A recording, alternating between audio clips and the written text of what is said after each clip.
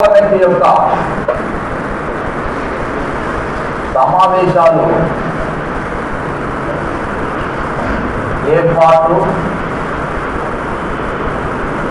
వాయిదా మరియు లోక్సభను రద్దు చేసేటటువంటి అధికారం కూడా భారత రాష్ట్రపతి కలిగి ఉంటారు.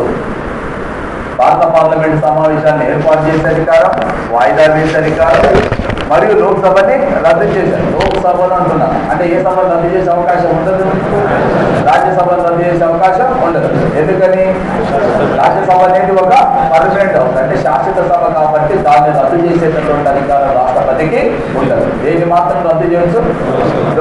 లోక్సభ రద్దు చేసే అధికారం. అలాగే 86, 87 ఈ రెండింటి యొక్క ఉద్దేశం ఏంటంటే పార్లమెంట్ యొక్క ఉభయ సభలకు సంయుక్తంగా కానీ లేక ఇక్కడ వేరువేరుగా కానీ రాష్ట్రపతి తన సందేశాలను పంపే అధికారాన్ని కలిగి ఉంటారు. సందేశాలను మీకు మన దేశంలో ప్రతి సంవత్సరం కూడా పార్లమెంటు సమావేశం, మొదటి సమావేశం ఒక ఇయర్లో మొదటి సమావేశం ఏ సమావేశాలతో స్టార్ట్ అవుతుంది? వాస్తవానికి భారతదేశంలో పార్లమెంట్ సమావేశాలు 3 రకాలు జరుగుతాయి. ఒకటి వర్షాకాల సమావేశం, 2 శీతాకాల సమావేశం, 3 ఎండాకాల సమావేశం. తప్పేం చెప్పలేదంటే శీతాకాలం, వర్షాకాలం, ఎండాకాలం ఇంత వేరే ఉన్నాయి. Okay, thank you. ఈ ఎండాకాల సమావేశాలు అనకూడదు. ఏ సమావేశాలు అంటే బడ్జెట్ సమావేశం. సో స్టార్టింగ్ జరిగేటటువంటి సమావేశాలు ఏవైతే బడ్జెట్ సమావేశాలతోనే స్టార్ట్ అవుతాయి. తర్వాత వర్షాకాల సమావేశం, మాన్సూన్ సెషన్ అంటాం, వింటర్ సెషన్ అంటాం. డైరెక్ట్గానే ఉంటుంది రాజ్యాంగంలోనే. అదే మనం ఈ సమావేశాలు నిర్వహించేటటువంటి అంశం పైన పేర్కొనబడి ఉంటుంది. అయితే మొదటి సమావేశం ఏ సంవత్సరంలోనైనా సరే మొదటి సమావేశం జరిపేటప్పుడు మొదటి సమావేశానికంటే ముందు భారత రాష్ట్రపతి పార్లమెంట్ ఉభయ సభల సంయుక్త సమావేశాన్ని పార్లమెంట్లోని సెంట్రల్ హాల్లో ఏర్పాటు చేస్తారు. దీనికి లోక్సభ స్పీకర్ అధ్యక్షత వహిస్తారు. వహించిన తర్వాత ఈ సంవత్సర కాలంలో భారత ప్రభుత్వం చేపట్టబోయే ప్రభుత్వ విధానాలు ఏవైతున్నాయో ఆ విధానాలకు సంబంధించి, అభివృద్ధికి సంబంధించి, ప్రభుత్వ పరిపాలన విధానాలు అభివృద్ధికి సంబంధించి చేపట్టబోయే పథకాల గురించి మొత్తంగా కూడా కేంద్ర కేబినెట్ ఒక ప్రసంగ పాఠాన్ని తయారు చేసి రాష్ట్రపతికి ఇస్తే రాష్ట్రపతి ఆ ప్రసంగ పాఠాన్ని చదివి వినిపిస్తాడు పార్లమెంట్ ఉభయ సభల సంయుక్త సమావేశాన్ని ఉద్దేశించి. ఇది డైరెక్ట్గా ఇచ్చేటటువంటి సందేశం. మరికొన్ని సందర్భాలలో రాష్ట్రపతి ఈ సంయుక్త సమావేశాన్ని ఉద్దేశించడమే కాకుండా పార్లమెంటు ఉభయ సభలకు కూడా వేరువేరుగా కూడా సందేశాలను పంపేటటువంటి అధికారం భారత రాష్ట్రపతికి ఉంటుంది. తర్వాత రాజ్యాంగంలో ఉన్నటువంటి 99 అధికరణం ప్రకారం పార్లమెంటు సభ్యులు రాష్ట్రపతి సమక్షంలోనే ప్రమాణ స్వీకారం చేయాలి. యాక్చువల్గా ఎవరి సమక్షంలో చేయాలి? రాష్ట్రపతి సమక్షంలో. రాజ్యాంగ ప్రకారమే నేను చెప్పేది. యాక్చువల్గా రాష్ట్రపతి సమక్షంలోనే ప్రమాణ స్వీకారం చేయాలి. కానీ దాంట్లో ఒక చిన్న లింక్ ఏమంటుందంటే భారత రాష్ట్రపతి సమక్షంలో ప్రమాణ స్వీకారం చేయాలి లేదా వారి చేత అనుమతించబడినటువంటి అధికారి సమక్షంలో కానీ ప్రమాణ స్వీకారం చేయవచ్చు. వారి చేత అనుమతించబడిందంటే స్పీకర్, చైర్మన్ వస్తారు. ఓకే, వారి చేత నియమింపబడిన లేక వారి చేత అనుమతించబడిన అధికారి సమక్షంలో కానీ ప్రమాణ స్వీకారం చేయవచ్చు. మీరు ఏమి తీవ్రంగా ఏమి ఆలోచించకండి. ఇంతకుముందు 53 అధికారులు చెప్పేటప్పుడు కూడా ఈ దేశ పరిపాలన అధికారాలు మొత్తం ఎవరికి చెంది ఉంటాయి? రాష్ట్రపతి ఎలా నిర్వహించవచ్చు? స్వయంగా కానీ ఇక్కడ కూడా అదే ఉంటుంది. పార్లమెంట్ సభ్యులు రాష్ట్రపతి సమక్షంలోనే ప్రమాణ స్వీకారం చేయాలి లేదా వారి చేత అనుమతించబడినటువంటి అధికారి సమక్షంలో కానీ ప్రమాణ స్వీకారం చేయవచ్చు. ఇకపోతే మనకు 123 అధికారులను అనుసరించి రాష్ట్రపతి ఆర్డినెన్స్లను జారీ చేస్తారు. ఆర్డినెన్స్లను జారీ చేసే అధికారం రాష్ట్రపతి ఉంటుంది. 1, 2, 3 అధికారం. మరి రాష్ట్రపతి జారీ చేసినటువంటి ఆర్డినెన్స్లు ఏవైనా కూడా ఇవి సాధారణ శాసనాలుగానే చలామణి అవుతాయి. సాధారణ శాసనాలుగానే చలామణి అవుతాయి. ఎవరు జారీ చేస్తారు ఆర్డినెన్స్? రాష్ట్రపతి. జనరల్గా రాష్ట్రపతి ఆర్డినెన్స్ ఎప్పుడు జారీ చేస్తారంటే పార్లమెంటు సమావేశంలో లేనప్పుడు జారీ చేస్తారు. ఎప్పుడు జారీ చేస్తారు? పార్లమెంటు సమావేశంలో లేనప్పుడు. వాస్తవానికి ఈ దేశంలో ఒక శాసనం కావాలంటే ఎవరెవరు ఆమోదించాలనుకున్నాం? రాష్ట్రపతి, పార్లమెంటు. ఎలాంటి మీరు మధ్యరాత్రి నిద్ర లేని అడిగినా కూడా అదే చెప్పాలి, ఏం ఆలోచించదు. ఎవరెవరు? రాజ్యసభ, లోక్సభ, రాష్ట్రపతి. వాస్తవానికి పార్లమెంటు సమావేశాలు అంటే పార్లమెంటులోనే బిల్లు ప్రవేశపెడతారు. పార్లమెంటు బిల్లు ఆమోదించిన తర్వాత రాష్ట్రపతి దగ్గరికి పంపిస్తారు. ఇప్పుడు ఆ పార్లమెంటు సమావేశంలో లేదు కాబట్టి రాష్ట్రపతి ఏం జారీ చేస్తున్నాడు? ఆర్డినెన్స్. ఈ ఆర్డినెన్స్ ఏ విధంగా చలామణి అవుతుంది? శాసనంగా. ఎప్పటి వరకు అంటే తిరిగి పార్లమెంటు సమావేశమైన 6 వారాల్లోగా ఆమోదిస్తేనేమో అది అలాగే కొనసాగుతుంది, ఆమోదించకపోతే రద్దు అయిపోతుంది. ముందు రాష్ట్రపతి ఆర్డినెన్స్ జారీ చేస్తే తర్వాత పార్లమెంట్ ఆమోదిస్తారు. లేదు ముందే పార్లమెంట్ ఆమోదిస్తే తర్వాత రాష్ట్రపతి ఆమోదం. ఇవి ఎవరు చేసినా కూడా శాసనం కావాలంటే ఎవరెవరు ఆమోదం ఉండాలి? రాజ్యసభ, లోక్సభ, రాష్ట్రపతి. ముందు పార్లమెంట్ ఉభయ సభలు ఆమోదిస్తే తర్వాత ఎవరు ఆమోదం కావాలని రాష్ట్రపతి. ఇప్పుడు ఆర్డినెన్స్ ఎవరు జారీ చేసినారు? రాష్ట్రపతి. కాబట్టి తర్వాత ఎవరు ఆమోదించాలి? పార్లమెంట్. అంటే ఈ దేశంలో చట్టం కావాలంటే ఎవరెవరు ఆమోదించాలి? ముగ్గురు. అందుకోసమే రాజ్యాంగంలోని 79 అధికరణ పార్లమెంట్ అనగా ఎవరెవరిని కలిపి పార్లమెంట్ అంటుంది? రాజ్యసభ, లోక్సభ, రాష్ట్రపతిని కలిపే పార్లమెంట్ అంటుంది. దీనికి కారణం అది. అర్థమైందా? నెక్స్ట్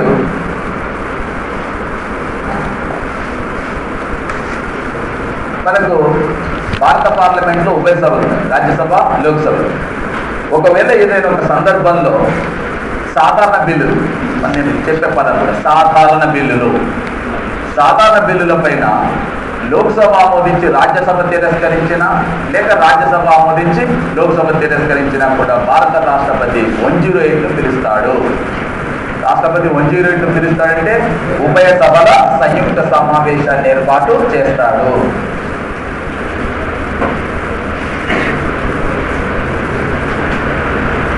భారతదేశంలో పార్లమెంట్ ఉభయ సభల సంయుక్త సమావేశాన్ని ఏర్పాటు చేసే అధికారం ఎవరికి ఉంటుంది? రాష్ట్రపతికి మాత్రమే ఉంటుంది. ఓకే, సరే.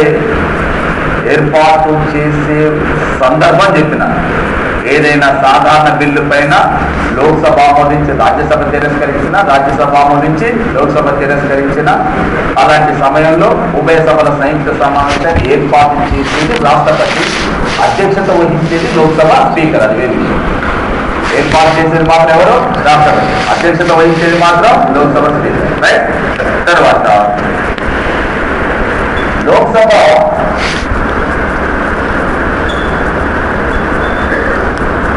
కొత్తగా ఎన్నికలు జరిగిన తర్వాత, రేపు 2014 ఎన్నికలు జరిగినాయి. ఎన్నికలు జరిగిన తర్వాత సభ్యులంతా కొత్తగా సభ్యులంతా ఎన్నుకోబడతారు. వీళ్ళందరూ పార్లమెంటుకు రావాలి. పార్లమెంట్లోకి వచ్చిన తర్వాత వచ్చేది సమావేశాలు ఏర్పాటు చేసుకోవటానికి. పార్లమెంట్ సమావేశం ఏర్పాటు చేయాలంటే దానికి ఒక అధ్యక్షుడు ఉండాలి. అధ్యక్షుడు లేకుండా సమావేశం జరగదు. అధ్యక్షుడు కావాలంటే సభ్యులు ఎన్నుకోవాలి. అధ్యక్షుడు ఎవరు ఎన్నుకుంటారు? సభ్యులు. సభలోని సభ్యులలో ఒకరిని అధ్యక్షుడిగా ఎన్నుకోవాలి. యాక్చువల్గా సభలోని సభ్యుని అధ్యక్షుడు ఎన్నుకోవాలంటే అసలు వీళ్ళంతా సభ్యులు కాదు అప్పటికి. ఎందుకని? వీళ్ళు ప్రమాణ స్వీకారం చేసి ప్రభుత్వ గెజిట్లో సిగ్నేచర్ చేస్తే, ఆ బుక్లో సిగ్నేచర్ చేస్తే అప్పుడు సభ్యులు అవుతారు అధికారికంగా. నువ్వు సర్టిఫికేట్ తీసుకొని పోతావు ఎన్నికల commission, this is to certified parliament అది పంపిస్తుంది. అది తీసుకొని పోగానే ఎంపీ కావు అప్పటికి. నువ్వు ఆ పార్లమెంట్లోకి వెళ్ళటానికి గేట్ పాస్ అన్న. నువ్వు సభ్యుడిగా అధికారికంగా కావాలంటే నువ్వు ప్రమాణ స్వీకారం చేసి దాంట్లో సంతకం చేసి, ప్రమాణ స్వీకారం చేయాలంటే సమావేశం నడవాలంటే సభకు అధ్యక్షుడు ఉండాలి. సభకు అధ్యక్షుడు ఉండాలంటే సభ్యులు ఎన్నుకోవాలి. సభ్యులు ఎన్నుకోవాలంటే సభ్యులు పాత్ర ప్రమాణ స్వీకారం లింక్ ఉంది. కాబట్టి ఈ లింకుని ఎగగొట్టడం కోసం భారత రాజ్యాంగం అనుసరిస్తున్న ఒక సాంప్రదాయం ఏంటంటే సభకు ఎన్నికైనటువంటి సభ్యులలో ఒక సీనియర్ సభ్యుని, వయస్సు రీత్యా సీనియర్ సభ్యుడైన వ్యక్తిని భారత రాష్ట్రపతి ప్రోటెం స్పీకర్గా నియమించి ఆయన సమక్షంలోనే ప్రమాణ స్వీకారం చేపిస్తారు. ప్రమాణ స్వీకారం చేసి ఇక శభాష్ వెళ్ళి సమావేశం నిర్వహించి అప్పుడు వచ్చి ఆయన సభకు అధ్యక్షత వహించి సమావేశం నిర్వహించి సభ్యులందరి చేత ప్రమాణ స్వీకారం చేయించి కొత్త స్పీకర్ని ఎన్నుకునే వరకు సభకు అధ్యక్షత వహిస్తారు. స్పీకర్ని ఎన్నుకున్న తర్వాత మరి సాధారణ సభ్యుడిగా ఉంటారు. అది జరిగింది. ఒకరు ఆయనే స్పీకర్గా ఎన్నిక కావచ్చు, అది వేరే విషయం. వారే స్పీకర్కి ఎన్నికయ్యే అవకాశం కూడా జీవి మావలంకర్ అలాగే ఎన్నికైనాడు. అలాగే సోమనాథ్ చటర్జీ కూడా ప్రోటెం స్పీకర్గా ఎన్నికైన సందర్భాలు ఉన్నాయి. వేరు ఆ సందర్భం వచ్చినప్పుడు నేను చెప్తాను. సో అంటే లోక్సభకు కొత్తగా ఎన్నికలు జరిగిన తర్వాత నూతనంగా సభ్యులు ఎన్నికైన తర్వాత లోక్సభ జరిపేటటువంటి మొదటి సమావేశానికి అధ్యక్షత వహించే ప్రోటెం స్పీకర్ను కూడా ఎవరు నియమిస్తారు? రాష్ట్రపతి నియామకం చేస్తారు. అలాగే రాష్ట్రపతికి ఉన్నటువంటి ఇంకా ప్రత్యేకమైనటువంటి అధికారాల విషయానికి వచ్చినప్పుడు మనం ఒకసారి గుర్తు చేసుకుంటాం. రాష్ట్రాల పునర్వ్యవస్థీకరణ ఎవరు చేస్తారు ఈ దేశంలో? పార్లమెంట్. రాష్ట్రాల పునర్వ్యవస్థీకరణ చేసే అధికారం ఎవరు? పార్లమెంట్ ఉంటుందంటే పార్లమెంట్ ఏం ఆమోదించాలి? చట్టాలు ఆమోదించాలంటే పార్లమెంట్ ఏం ప్రవేశపెట్టాలి? బిల్లు. పార్లమెంట్ బిల్లు ప్రవేశపెట్టాలంటే ముందు ఎవరు అనుమతి పొందాలి? రాష్ట్రపతి యొక్క అనుమతితోనే బిల్లులు ప్రవేశపెట్టేటటువంటి అంశాలు కొన్ని ఉంటాయి.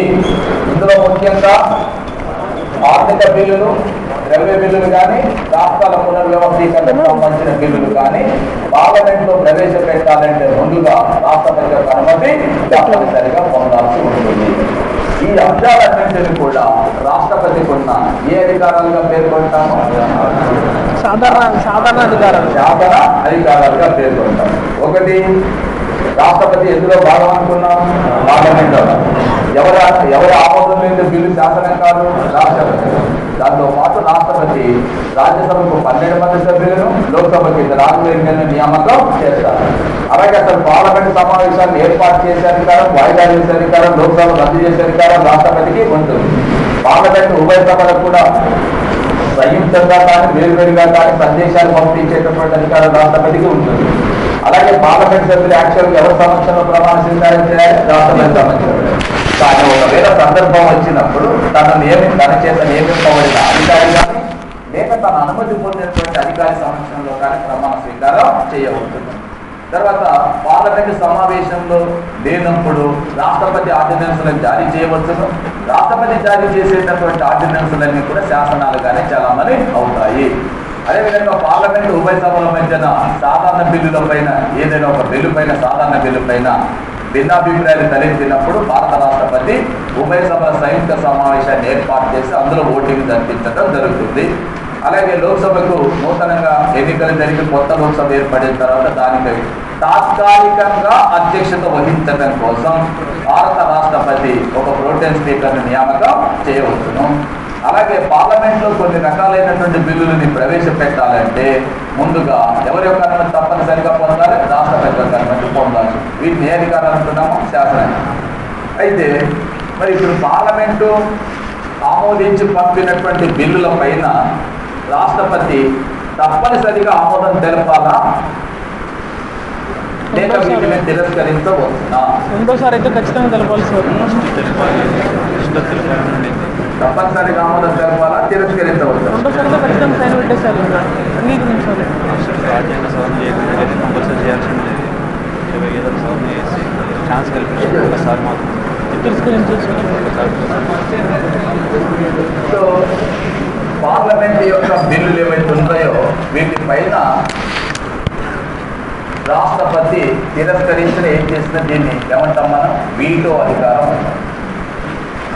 వీటో అనగా అర్థము తిరస్కరణ లేక నిలుపుదల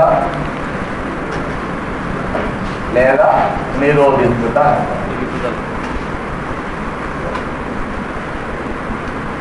తిరస్కరణ, నిలుపుదల లేక నిరోధించుట అని అర్థం.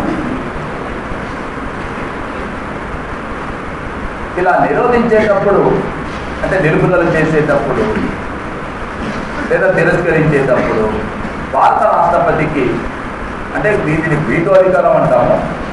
ఈ వీటోలలో కొన్ని రకాలు ఉన్నాయి. దాంట్లో ఒకటి అబ్సల్యూట్ వీటో,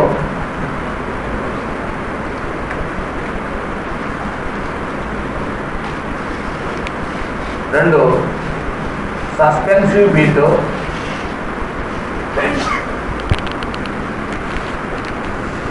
పాకెట్ వీటో,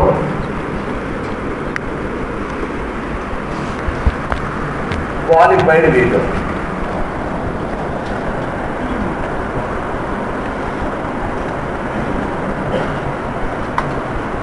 ఇందులో ఈ 4 వీటోలలో కూడా భారత రాష్ట్రపతికి లేనటువంటి వీటో అధికారం ఏంటయ్యా అంటే క్వాలిఫైడ్ వీటో. మరి లేనప్పుడు ఎందుకు రాసినారు సార్ అని అడగవచ్చు. లేదంటున్నారు కదా, లేకుంటే అనవసరంగా ఎందుకు రాసినారు? ఎందుకు రాయాల్సి వచ్చిందంటే ఒకసారి ఇదే ప్రశ్న అడిగారు. ఈ క్రింది వాటిలో భారత రాష్ట్రపతికి లేని వీటో అధికారం. ఈ క్రింది వాటిలో భారత రాష్ట్రపతికి లేని వీటో అధికారం ఏది అని అడిగినారు. వాడే ఇక్కడనే ఇచ్చేసి డైరెక్ట్గా అన్ని ఆప్షన్స్ ఇచ్చేసి లేని వీటో అధికారం. అందువల్ల నేను కూడా రాయాల్సి. Okay, so absolute veto, suspensive veto, pocket veto, qualified veto. Veto అంటే అర్థం ఏం చెప్తున్నాం? వాస్తవానికి ఇప్పుడు ఏ అధికారాల గురించి మాట్లాడుతున్నాం? ఏ అధికారాలు? శాసన. ఎవరి యొక్క శాసనాధికారాలు? రాష్ట్రపతి. రాష్ట్రపతి ఎందులో భాగం? ఈ దేశానికి అత్యున్నతమైన శాసనశాఖ పార్లమెంట్. పార్లమెంట్ ఆమోదించి పంపిన బిల్లులపై ఎవరి ఆమోదం తప్పనిసరిగా ఉండాలి?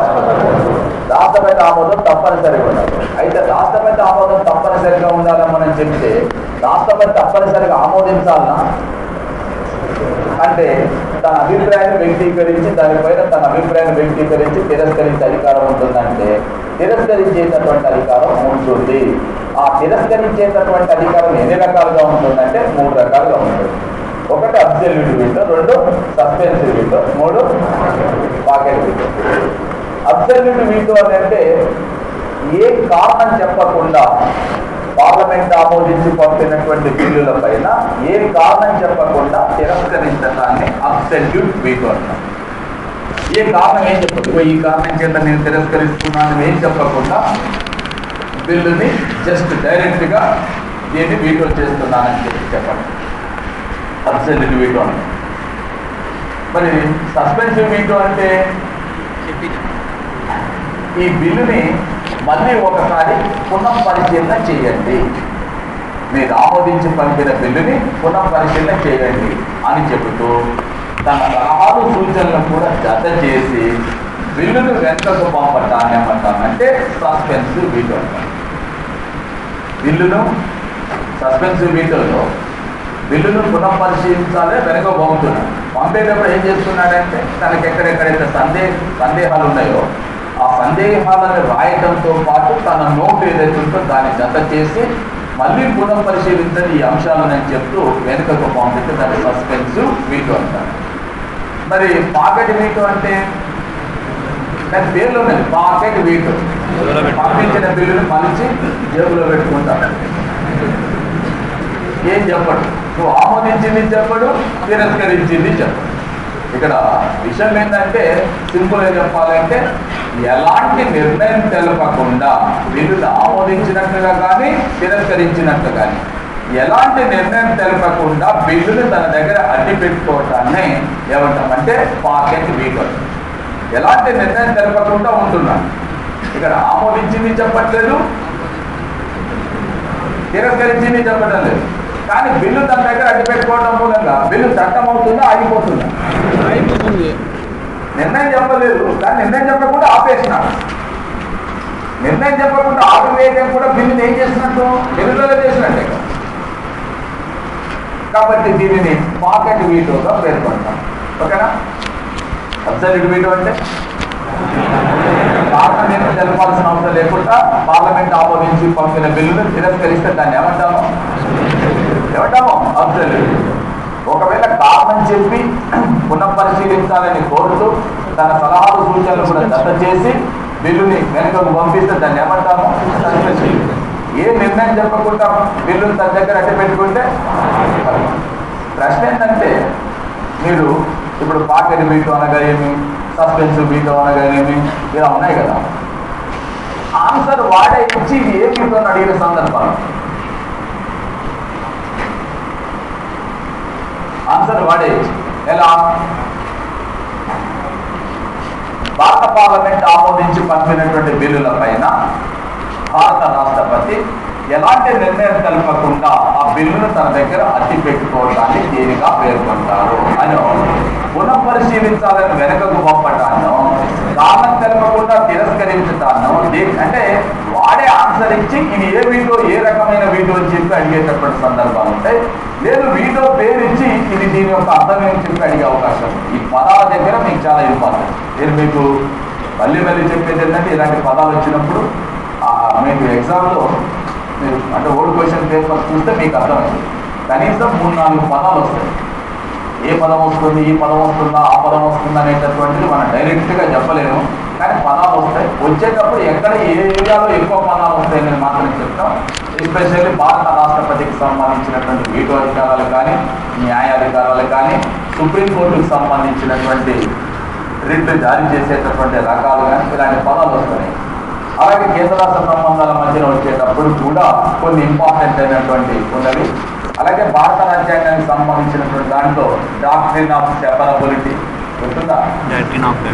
ప్రాథమిక చెప్పేది డాక్ట్రిన్ ఆఫ్ సెపరబిలిటీ, డాక్ట్రిన్ ఆఫ్ ఎక్విలిబ్రియం. నిన్న మొన్న చెప్పుకున్నటువంటి కేంద్ర గోరఖనాథ్ కేసు సందర్భంగా ప్రాస్పెక్టివ్ ఓవర్ రూలింగ్ ఇలాంటి పదాలు వస్తాయి. ఆ పదాలన్నీ కూడా చాలా ఇంపార్టెంట్. ప్రతిసారి కూడా మినిమం 3-4 పదాలు వస్తాయి. ఎక్కువ వచ్చినా ఆశ్చర్యపోవాల్సిన అవసరం లేదు. కాబట్టి పదాలు ఇంపార్టెంట్. సో మరి ఇప్పుడు absolute veto, suspensive veto, pocket veto చెప్పుకున్నాం. మరి ఇలా వీటో చేస్తే ఇక్కడ భారత పార్లమెంట్ ఆమోదించి పంపిన బిల్లులని భారత రాష్ట్రపతి ఈ రకంగా తిరస్కరిస్తే ఇక తిరస్కరించినట్టేనా అనేది సమస్య. తిరస్కరించినాడు ఓకే, ఇలా తిరస్కరిస్తే తిరస్కరించినట్టేనా, దీనికి ఏమైనా పరిష్కార మార్గం ఉందా అనేది కూడా ఆలోచించాలి. ఆలోచించేటప్పుడు ఒకవేళ మనకు పార్లమెంటు రాష్ట్రపతికి పంపినటువంటి బిల్లుని అసెంబ్లీ వీటో కానీ లేదా సస్పెన్సివ్ వీటో కానీ చేసి పంపేయడానికి మళ్ళీ ఎక్కడికి వస్తాయి ఆ బిల్లులు? పార్లమెంట్గా వచ్చినప్పుడు పార్లమెంటు రెండవసారి అదే బిల్లుని సవరణలతో కానీ లేక ఉన్నది ఉన్నట్టుగా కానీ, గతంలో ఎలా ఉన్నదో ఉన్నది ఉన్నట్టుగా కానీ రెండవసారి ఆమోదించి రాష్ట్రపతికి పంపితే రాష్ట్రపతి ఆ బిల్లుని తప్పనిసరిగా ఆమోదించారు. దాన్ని తిరస్కరించడానికి అవకాశం లేదు. Whether you have to sign or resign. ఇక మీకు ఇష్టం లేకపోతే రాజీనామా చేసి ఇంటికి పోతుంది తప్ప పార్లమెంట్ రెండవసారి బిల్లును ఆమోదించి పంపినప్పుడు దాన్ని తిరస్కరించేటటువంటి అధికారం భారత రాష్ట్రపతికి లేదు. ఓకే, భారత పార్లమెంట్ ఆమోదించి పంపిన బిల్లుల పైన రాష్ట్రపతి ఈ నిర్ణయాలు తీసుకోవచ్చు. ఈ నిర్ణయాలు తీసుకున్నప్పుడు బిల్లులు మళ్ళీ బ్యాక్ టు బిల్లు ఒకటేమో ఆయనే పంపిస్తాడు, రెండోది ఆయన తిరస్కరించినప్పుడు ఆటోమేటిక్గా బిల్లు వెనుకకు వస్తుంది. బిల్లు ఎప్పుడైతే వెనుకకు వస్తుందో పార్లమెంటు ఆ బిల్లులని సవరణలతో కానీ సవరణలు లేకుండా అంటే ఉన్నది ఉన్నట్టుగా ఆమోదించి రెండోసారి ఆమోదించినట్లయితే భారత రాష్ట్రపతి తప్పనిసరిగా ఆమోదించారు. ఇక్కడ సమస్య ఎక్కడ వస్తుందంటే పాకెట్ వీటో దగ్గర వస్తుంది. పాకెట్ వీటో దగ్గర ఎందుకు సమస్య వస్తుంది అంటే ఓ సమస్య చాలా ఇంపార్టెంట్ అనే సమస్య. భారత పార్లమెంటు ఏదైనా బిల్లును ఆమోదించి రాష్ట్రపతి యొక్క ఆమోదానికి పంపినప్పుడు ఈ రాష్ట్రపతి ఎంత కాలంలో తన ఆమోదాన్ని తెలపాలి? రాజ్యాంగాలు పొందుపరిచేస్తాం. 1 నెల, 2 నెలల, 6 నెలల, సంవత్సరం ఎంత? భారత రాజ్యాంగంలో ఒకటి టైం పేర్కొనబడలేదు. ఈ సంవత్సరం పార్లమెంట్ ఆమోదించి పంపినటువంటి బిల్లుల పైన రాష్ట్రపతి ఎంత కాలంలోగా తన నిర్ణయాన్ని తెలపాలనేది ఎక్కడ వివరించబడి లేదు. అంటే టైం పేర్కొనబడలేదు. టైం పేర్కొనబడలేదు కాబట్టి ఇప్పుడు మన డౌట్ ఏంటంటే నిజంగా ఆయన పాకెట్ వీటో చేసినాడా, టైం లేక చూడలేక ఆపినాడా? మరి అంతే కదా. ఇప్పుడు ఆ బిల్లులు రాష్ట్రపతి ముందు ఏదో 1-2 బిల్లులు ఉండవు, చాలా బిల్లులు పెండింగ్లో ఉంటాయి. ఎందుకంటే మీకు పార్లమెంట్ ఆమోదించిన ఏ బిల్లు శాసనం కావాలని రాష్ట్రపతి ఆమోదం ఉంటారు. అదేనా? మీరు ఇంతకుముందు మనం నియమించిన రాజ్యాంగబద్ధమైన సంస్థలు ఉన్నాయి కదా, ఆ సంస్థలన్నీ కూడా ఎక్సెప్ట్ ఎన్నికల కమిషన్ తప్ప ఫైనాన్స్ కమిషన్ తన రిపోర్టును రాష్ట్రపతికి ఇవ్వాలి. ఫైనాన్స్ కమిషన్ ఉంది కదా, తన రిపోర్ట్ రాష్ట్రపతికి ఇవ్వాలి. కాదు తన రిపోర్టు తీసుకుపోయి రాష్ట్రపతికి ఇస్తారు. యూపీఎస్సీ తన రిపోర్టు తీసుకుపోయి రాష్ట్రపతికి ఇస్తుంది. రాష్ట్రాలకు సంబంధించిన అంశాలు ఏమైనా ఉంటే గవర్నర్ తన రిపోర్ట్ని రాష్ట్రపతికి పంపాలి. కేంద్రపాలిత ప్రాంతాలకు సంబంధించినటువంటి పాలకులు ఏమైనా ఉంటే రాష్ట్రపతికి పంపిస్తారు. ఇక సుప్రీంకోర్టు హైకోర్టు న్యాయమూర్తుల నియామకం చేసేటప్పుడు ఈ కొలిజియం ఏమైనా సూచన ఉంటే రాష్ట్రపతికి పంపిస్తుంది. అంటే ఆల్మోస్ట్ ఆల్ రాష్ట్రపతి ముందు చాలా పెద్ద ఇవన్నీ ఉన్నాయి కాబట్టి రాష్ట్రపతి వీటిని పరిశీలించే టైం లేక నిలుపుదల చేసినాడా లేక వాస్తవంగా కావాలని నిలుపుదల అంటే పాకెట్ వీటిని వినియోగించింది. ఇక్కడ సమస్య నేను ఫస్ట్ చెప్పిందండి, భారత రాజ్యాంగంలో పార్లమెంట్ ఆమోదించి పంపిన బిల్లుల పైన రాష్ట్రపతి ఎంత కాలంలోగా తన నిర్ణయం అంటే ఇక్కడ ఏదైతే ఆమోదించవచ్చు, తిరస్కరించవచ్చు, లేక సవరణ కోసం వెనకకైనా పంపించు, ఏదైనా పంపించుందా వారిష్టమే. అయితే అలా చేసినప్పుడు ఏ నిర్ణయం తీసుకున్నాడు? నువ్వు ఆమోదించినవా, తిరస్కరించినవా, లేక పునఃపరిశీలనకు వెనక పంపిస్తున్నావా? ఏ నిర్ణయం చెప్తున్నావు? నువ్వు ఏదో ఒక నిర్ణయం చెప్పు అంటే ఏ నిర్ణయం చెప్పకుండా ఉండటాన్ని మనం పాకెట్ వీటో అంటున్నాం. మరి పాకెట్ వీటోని వినియోగించినాడా లేక టైం లేక దాన్ని పరిశీలించలేదు అనేది ఇక్కడ సమస్య. అందుకోసమే మరి ఈ వీటోని వినియోగిస్తే ఏం చేయాలి? పాకెట్ వీటోని వినియోగిస్తే ఏం చేయాలి అనే దానికి వివరణ రాజ్యాంగంలో లేదు. కాబట్టి ఇక్కడ ఒకే ఒక అంశం ఏంటంటే నువ్వు పాకెట్ వీటో చేసినా ఏ వీటో చేసినా కూడా ఆ వీటోని రద్దు చేసే అధికారం పార్లమెంట్కి ఉంటుంది. ఏమిటి ఆ పార్లమెంట్కి ఉన్న అధికారం అంటే దాన్ని రెండవసారి ఆమోదించుతాం. అర్థమైందా? పార్లమెంట్ రెండవసారి ఆమోదించి పంపినప్పుడు రాష్ట్రపతి తప్పనిసరిగా ఆమోదించాల్సి వస్తుంది. కాబట్టి తప్పనిసరిగా ఇక్కడ పాకెట్ వీటోని రద్దు చేయడానికి కూడా అదే పద్ధతిని వాడతారని చెప్పి మనం అనుకోవాల్సి వస్తుంది. ఎందుకనంటే నీకు ఆమోదించడానికి సంబంధించినటువంటి టైం గురించి కూడా చెప్పలేదు కాబట్టి ఆ కన్ఫ్యూజన్ అనేటటువంటి మరి క్వాలిఫైడ్ వీటో భారత రాష్ట్రపతికి లేదని చెప్పినారు. ఇప్పుడు పైన చెప్పిన వీటోలలో ఇంతవరకు భారత రాష్ట్రపతులు ఎన్నిసార్లు ఈ వీటో అధికారాన్ని ఉపయోగించినారు, ఏ సందర్భాల్లో వినియోగించినారంటే భారత పార్లమెంట్ ఆమోదించి పంపినటువంటి వాటిపైన ఇంతవరకు ఏ రాష్ట్రపతి కూడా ఏ వీటో అధికారాన్ని ఉపయోగించలేదు ఎక్సెప్ట్ జైల్ సింగ్ తప్ప. జ్ఞాని జైల్ సింగ్ పోస్టల్ బిల్లు పైన తన యొక్క పాకెట్ వీటోను వినియోగించినారు తప్ప ఇంకా ఏ బిల్లు పైన కూడా వీటో అధికారాన్ని ఉపయోగించలేదు. దయచేసి మీరు ఇక్కడ ఆలోచించాల్సింది ఏంటంటే నేను చెప్పేటప్పుడు నేను చాలా యాక్యురేట్గా ఖచ్చితంగా చెప్తాను. మళ్ళీ దాన్ని మర్చిపోయి దేనికి అన్వయించుకోవద్దు. పార్లమెంట్ ఆమోదించి పంపిన బిల్లులు అంటున్నాను నేను. పార్లమెంట్ ఆమోదించి పంపిన బిల్లులు వేరు, కేంద్ర మంత్రి మండలి చేసిన ఆమోదించి పంపిన తీర్మానాలు వేరు. అవి రెండు వేరు వేరు. కేంద్ర మంత్రి మండలి ఆమోదించి పంపినటువంటి తీర్మానాలపైన భారత రాష్ట్రపతి 1,00,000 సార్లు చేసినారు. చాలా సందర్భాల్లో వీడియో చేసినారు. శంకర్ దయాళ్ శర్మ వీడియో చేసినారు. ఆ వెంకటరామ పార్లమెంట్ సభ్యుల యొక్క జీతపత్యాలను పెంచుతూ కేంద్ర మంత్రి మండలి నిర్ణయం తీసుకుని రాష్ట్రపతికి పంపిస్తే ఇంత మీ జీతానికి వచ్చే సరిపోవట్లేదా, దీన్ని ఆమోదించట్లేదు, వెనక పంపించింది. అందువల్ల మంత్రి మండలి యొక్క తీర్మానాలని పునఃపరిశీలన కోసం వెనుకకు పంపడం, తిరస్కరించడం అది వేరు, ఆ వీటో వేరు. కానీ ఇప్పుడు మనం ప్రజెంట్గా మాట్లాడే దేనికి సంబంధించింది అదేనమాట. అట్లా పార్లమెంట్ ఆమోదించి పంపిన బిల్లుల పైన వీటో చేసేటటువంటి సందర్భం వచ్చినప్పుడు ఒక్క ఏపీని మాత్రమే పోస్టల్ బిల్లు పైన తన పాకెట్ వీటోని వినియోగించినారు తప్ప ఇతర ఏ వీటోలు కూడా వినియోగించారు. ఈ వీటోలన్నీ వినియోగించినారు. కానీ ఎవరికి సంబంధించిన దానిపైన కేంద్ర మంత్రి మండలి పంపించిన అంశాలపైన వీటో అధికారం ఉపయోగించినారు. రాష్ట్రపతి అబ్సల్యూట్ వీటో వినియోగించినారు, సస్పెన్సివ్ వీటో వినియోగించినారు, పాకెట్ వీటో వినియోగించినారు. కానీ దేనిపైన వినియోగించలేదు? పార్లమెంట్ ఆమోదించి పంపిన వాటిపైన ఆమోదించలేదు. Okay right. తర్వాత మరి క్వాలిఫైడ్ వీటో అంటే ఇది ఒక అమెరికా అధ్యక్షుడికి మాత్రమే ఉంటుందని చెప్పారు. అమెరికా అధ్యక్షుడికి మాత్రం. ఇది కూడా క్వాలిఫైడ్ వీటో అంటే ఒక టెక్నికల్ అంశం. టెక్నికల్ అంశం, టెక్నికల్ అంటున్నాం, సాంకేతిక పరమైనటువంటి అంశం ఇమిడి ఉంది అంతే తప్ప వీటోనే తిరస్కరణ మామూలుగా. ఏమిటా టెక్నికాలిటీ అంటే, ఒకవేళ అమెరికా దేశం యొక్క శాసనశాఖ పేరు ఏం పేరు? కాంగ్రెస్. సెనేటు ప్రతినిధుల సభ కలిస్తేనే కాంగ్రెస్. శాసనశాఖ యొక్క మొత్తం పేరు కాంగ్రెస్. మన శాసనశాఖ పేరు పార్లమెంట్. పార్లమెంట్లో రాజ్యసభ లోక్సభలు ఉంటాయి, కానీ శాసనశాఖ పేరు ఏం పేరు? పార్లమెంట్ అన్నారు. వాళ్ళ శాసనశాఖ పేరు ఏం పేరు? కాంగ్రెస్. కాంగ్రెస్ లో 2 సభలు, ఏంటి అవి? సెనేటు ప్రతినిధులు. సెనేటు ప్రతినిధుల సభ 2 కూడా ఒక బిల్లును ఆమోదించి అమెరికా అధ్యక్షుని యొక్క ఆమోదానికి పంపినప్పుడు, ఒకవేళ అమెరికా అధ్యక్షుడు దాన్ని తిరస్కరించినట్లయితే, వీటో చేసినట్లయితే